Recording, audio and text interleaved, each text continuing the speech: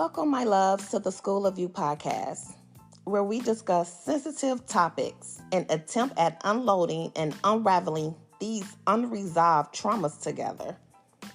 I will give you advice and my opinion based on my own experiences and experiences of others in my circle.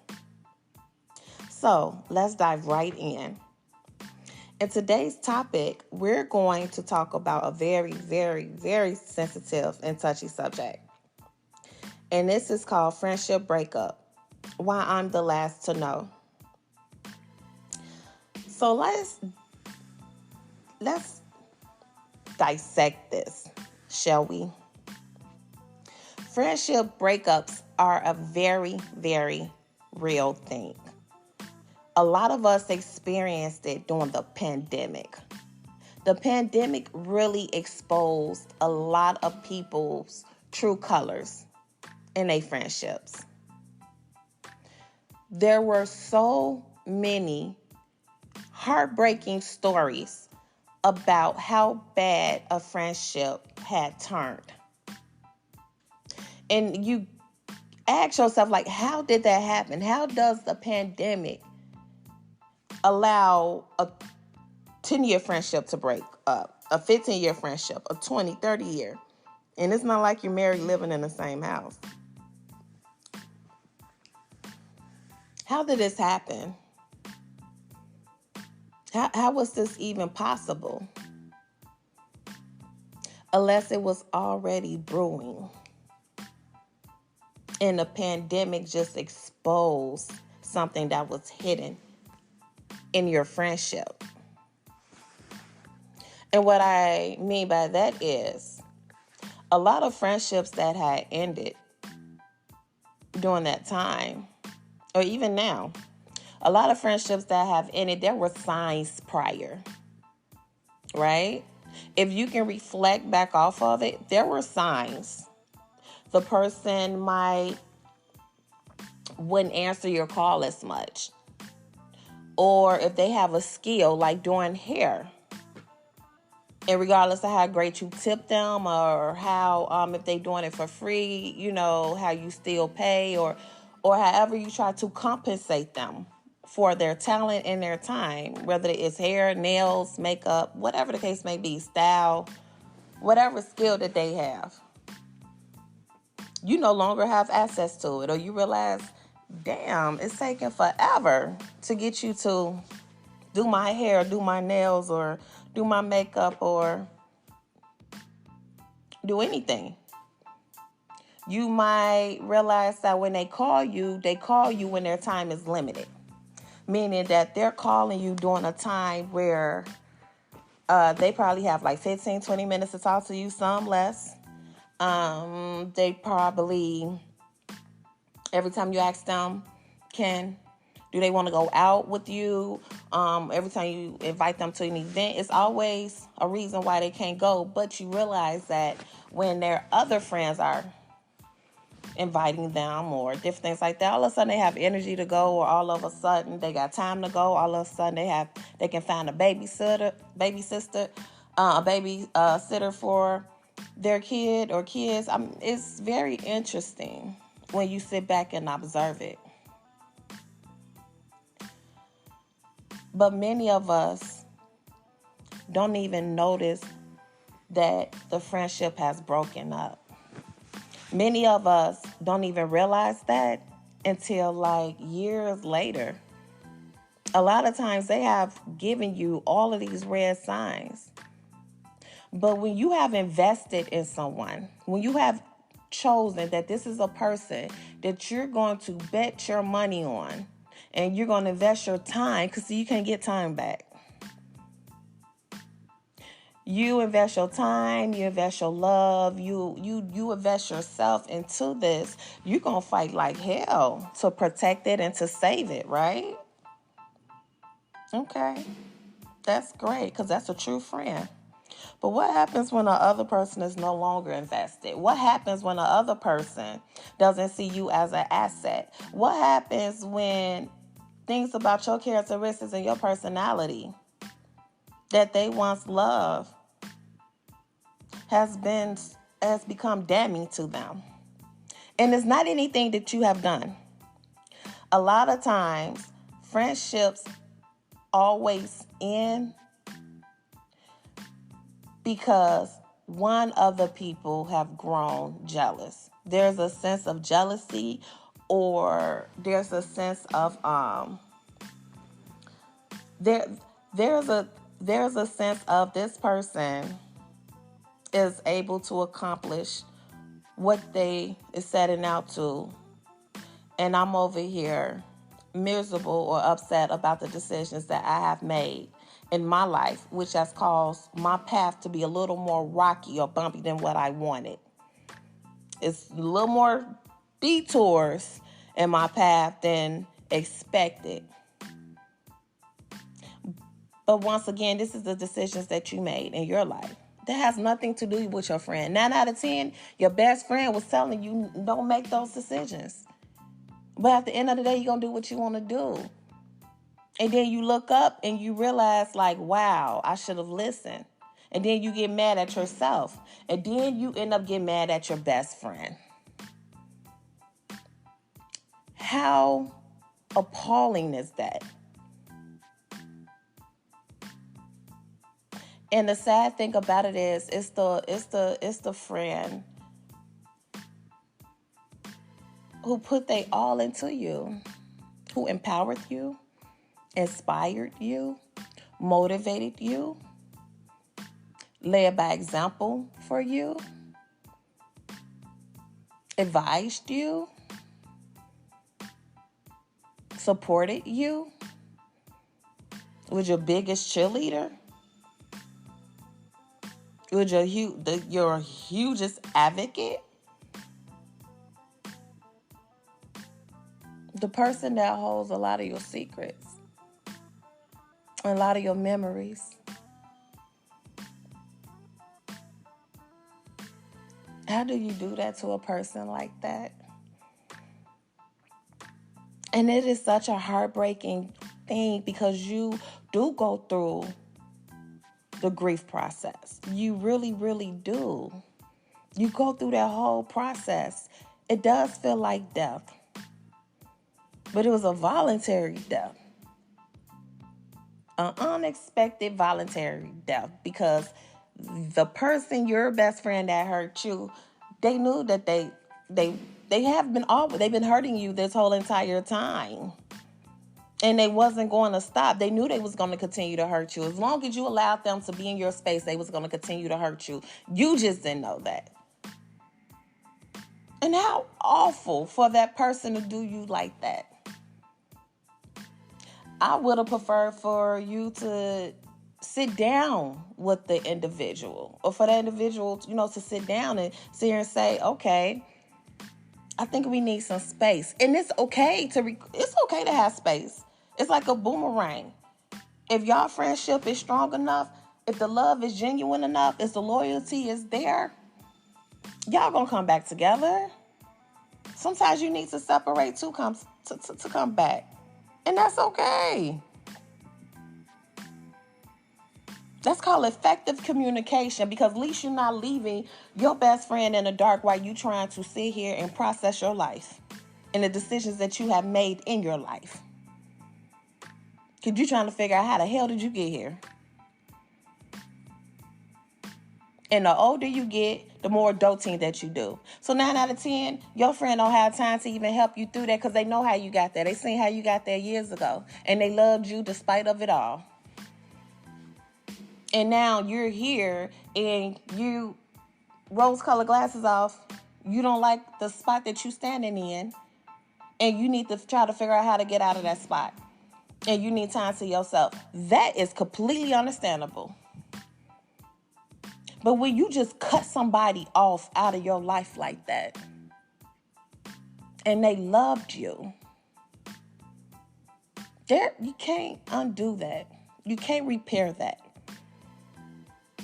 Because what you did was show that you are capable of doing this. Even if you never do this again, why would I put myself in that predicament to even chance it? Because you showed me what you're capable of. Not doing that again. Because 9 out of 10, it was never about you. It was always about them. For example, I wore rose-colored glasses in a friendship that I was in for almost 20 years. Excuse me, I'm sorry. And I wore rose-colored glasses. And I'm saying that because that friendship ended and I was not prepared for it. I did not see it coming. However, everybody else did. And my aunt at the time gave me the best advice when she told me, I guess she got tired. I guess it looked like maybe I was begging to be my friend. Like, if you're constantly the one calling your friend, that's a telltale sign. If you're the one that's constantly extending communication. And everyone around me seen that except for me. So I guess my aunt just got tired of me doing that. And she said, and complaining, like, why she's not calling me back? Why this, why that? My aunt said, you was the last one to call her? And I said, yes. She said, don't call her back. Excuse me? Don't call her back. Wait for her to call you back. Wait for her to return your call. You want to know how long it took for her to return my call? 3 years. She called me back 3 years later when my grandmother, who I call my mom, died, passed away, transitioned this past December. And I did not answer that call.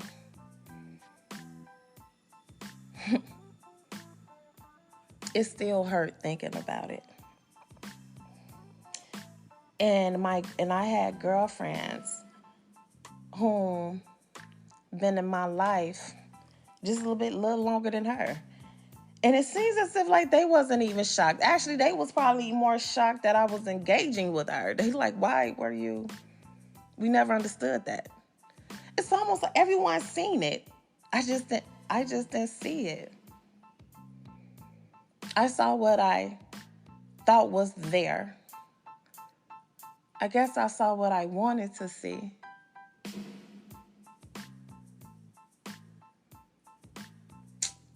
And it's a really sad and painful situation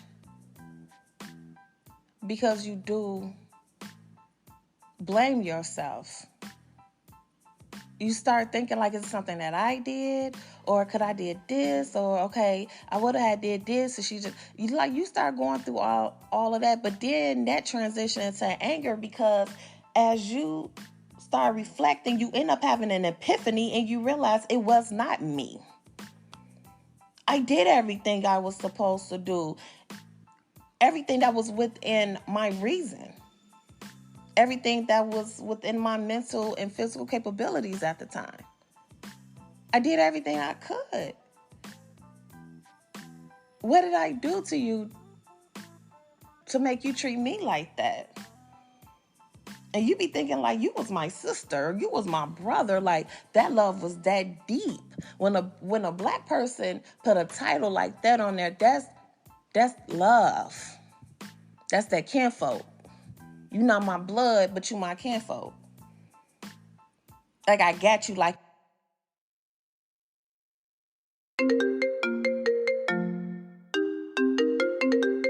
you are. Because any of us at this point in life understands that blood may be thicker than water, but you need water to live, baby. And so you have some people in your life that's not blood, but they more loyal to you and have more love for you than your own blood do. Totally different segment, but it is relatable. Because that's how I felt for her. She was more my sister than my own sisters. So it's almost like it was a funeral. It was a funeral. I experienced a point in my life, and once you experience a point in your life, that is traumatic. Or you have experienced events or sequences of events of traumatic experiences, or just adulting, or just life experiences. and they are not there, they become more and more and more smaller and insignificant in your life. And although you cannot get that time back, forward movement is everything. I'm going to say it again. Forward movement is everything. You keep accomplishing your goals. I look at that negativity as fuel to my fire. Because secretly, you never wish best for me. When someone can walk away from you like that, that just didn't happen overnight. They've been ready to walk away from you. And my personality kind of puts you in the mindset of Nene Leakes from The Real Housewives of Atlanta at the beginning seasons. And then you see her progression and her growth over time. When Nene loves, she loves hard. She's loud because she wants to get her point across because she don't feel like that she is being heard. Especially if you keep doing the same shit over and over and over again. It's like, maybe I need to be more aggressive. Maybe I need to be more louder because, like, I told you this was going to happen, then it happened. Why did you do it? And then you about to do it again? You don't want to see your sister, your brother. You don't want to see your best friend in pain. So if you can avoid this head-on collision for them, and if you can snatch off the rose-colored glass so they can see it and avoid it, that's what you're going to do at all costs. The love is that genuine. You don't want to see your best friend in pain. But how saddening that love will never be returned to you. They will never love you like that. And a lot of times it takes us years, decades to realize that. And that's a pain. Once you come to that realization, that's a pain that just don't go away. And it takes a lot for you to not carry that pain on into another friendship because you're more reserved now. Because if someone that you had in your life for that long can do you like that, a new person, in your mind, a new person come in and just try to do anything to you. You don't know them no more than they know you. So you're reluctant to even open up yourself to even that extent to anyone else. The negative effects of a bad friendship breakup is long lasting. And the sad thing about it is that other person probably don't even care. Or they are so narcissistic that they don't even think they did nothing wrong. They trying to figure out why you haven't called them in 3 years, 4 years, 5 years, 10 years. When you like, I did call you. You never returned my call. Check your call logs, baby. Check your text messages. But you became so accustomed to me constantly reaching out that you didn't even recognize or you couldn't even identify that this is all on you. You have allowed the pains in your life to bleed over into our friendship. That you allow something so beautiful and so pure and so real. Because it was good, it was bad, it was ugly, it was great, it was everything. Because it was real. You dismantle something real because of your willingness to accept mediocrity and their refusal to accept it. Or because you thought one thing about your friend in a situation, and other than talking to them, you just cut them off. No. Deep down inside, you have these thoughts about them from the beginning. You know what their intentions are and aren't. You know, you know all of these things. You don't have a friendship for this long and not know each other. You don't say that's my sister and not know her. No, these were emotions that you have always had. These were thoughts that they have always had. And the more probably successful that you became, and you might don't even think that you are being successful. You just like, I'm just living my life. Because in your mind, like, this is not even easy. This is hard. I wish I had the extra assistance. I wish I had I wish I had the extra support. I wish I had didn't have to do this by myself. I wish I had the parent, the co-parent. I wish I had all of these things that you have, and yet you want to attack my life. Baby, you know my struggle. You know my story. It might look easy on the outside, but behind that persona, you know what I'm dealing with. You know how hard I worked to achieve all of this. You know the sacrifices I made to achieve all of this. You know the emotional pain that I carry to achieve all of this. You know this road have not been smooth for me. So why would you allow anything about life to destroy our friendship? Why would you convince yourself otherwise when you know the real story? Just because your shit is a little rough? Welcome to life, my love. It's called adulting. That's what it's called.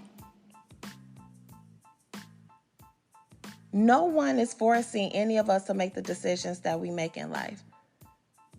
We might not like the options that's presented to us when it comes to life events, but that's besides the point. The point is, but you do have these options. You're either going to go left or you're going to go right. Ultimately, you decide. You can't get upset with someone because they went right and you went left. Anything you learn and you keep it moving. But when you sit here and you make a decision in your life and, and as you entering into the adult world, you always going to be learning. Life is nothing but lessons to be learned, right? Okay, so if you sit here and you go into this experience and you find out like, okay, this is not for me, you learn the lesson from that and then you move forward. But if you sit here and you're not learning anything, you're going to repeat it. But at the end of the day, you're the one making the decision though.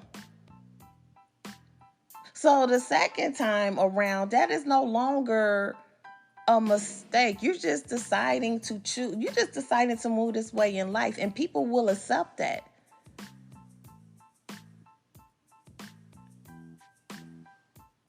How are you mad because people accept you for who you are and accept the predicament that you're in? They have no choice but to accept it. You wouldn't listen to them when they tried to prevent you from entering into the disaster zone. That's what ended up happening. They have conflicts within themselves. And you end up, the innocent party, end up being the one to burden that pain. When all they had to do was talk to you. It's a sad thing, but it's a real thing. And unfortunately, it's a common thing. But baby, let me tell you something. If no one has told you, you are an asset. You are an inspiration to someone. You are motivational to someone. Do not apologize for refusing to be mediocre. Do not apologize for looking at a situation for what it is and seeing it as a whole, other than just seeing it in fragments. Do not apologize for being strong. Do not apologize for being empowering. Do not apologize for being self-sufficient. Do not apologize for being independent and an independent thinker. Do not apologize for loving yourself. I didn't care if I was a size 8 or if I was a size 14. You was gonna if you really love me, you was gonna love me with all of that and in between. Because if you can't love me at my best, I surely don't need you at my worst. Don't apologize for having morals, principles, and values that's higher than other people. Do not apologize for that. And if you are going through a friendship breakup right now, go through that grievance process. Absolutely. Because you're going to go through it anyway. Go seek out counseling or a therapist if you need to. I did. And you process that and you get through that. And you come out on the opposite end stronger. And where they threw you lemonades, baby, you're not just making lemons. You're not just making lemonade, baby. So when they threw you those lemons, you made lemonade, you made lemon meringue pie, you made lemon square bars, you made anything that you can make with lemon. You put out a whole dessert table, baby. That's what you do. You give them something to talk about. Because like Beyonce always said, the best revenge is your paper. You keep elevating. This wasn't your battle in the first place.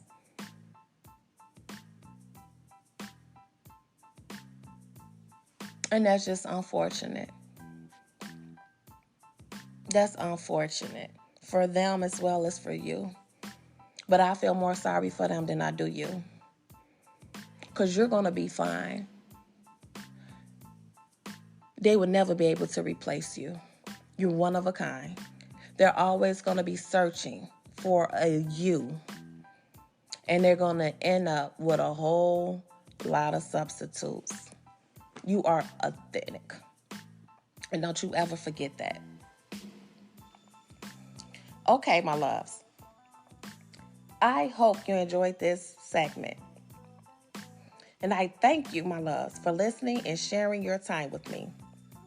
It was amazing discussing my thoughts with you.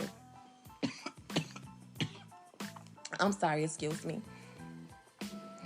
And please do not forget to tune in into the School of You podcast every Tuesdays and Thursday mornings, where you're going to partake in riveting discussions with me and maybe a surprise guest. Who knows? You have to tune in to hear it, my loves.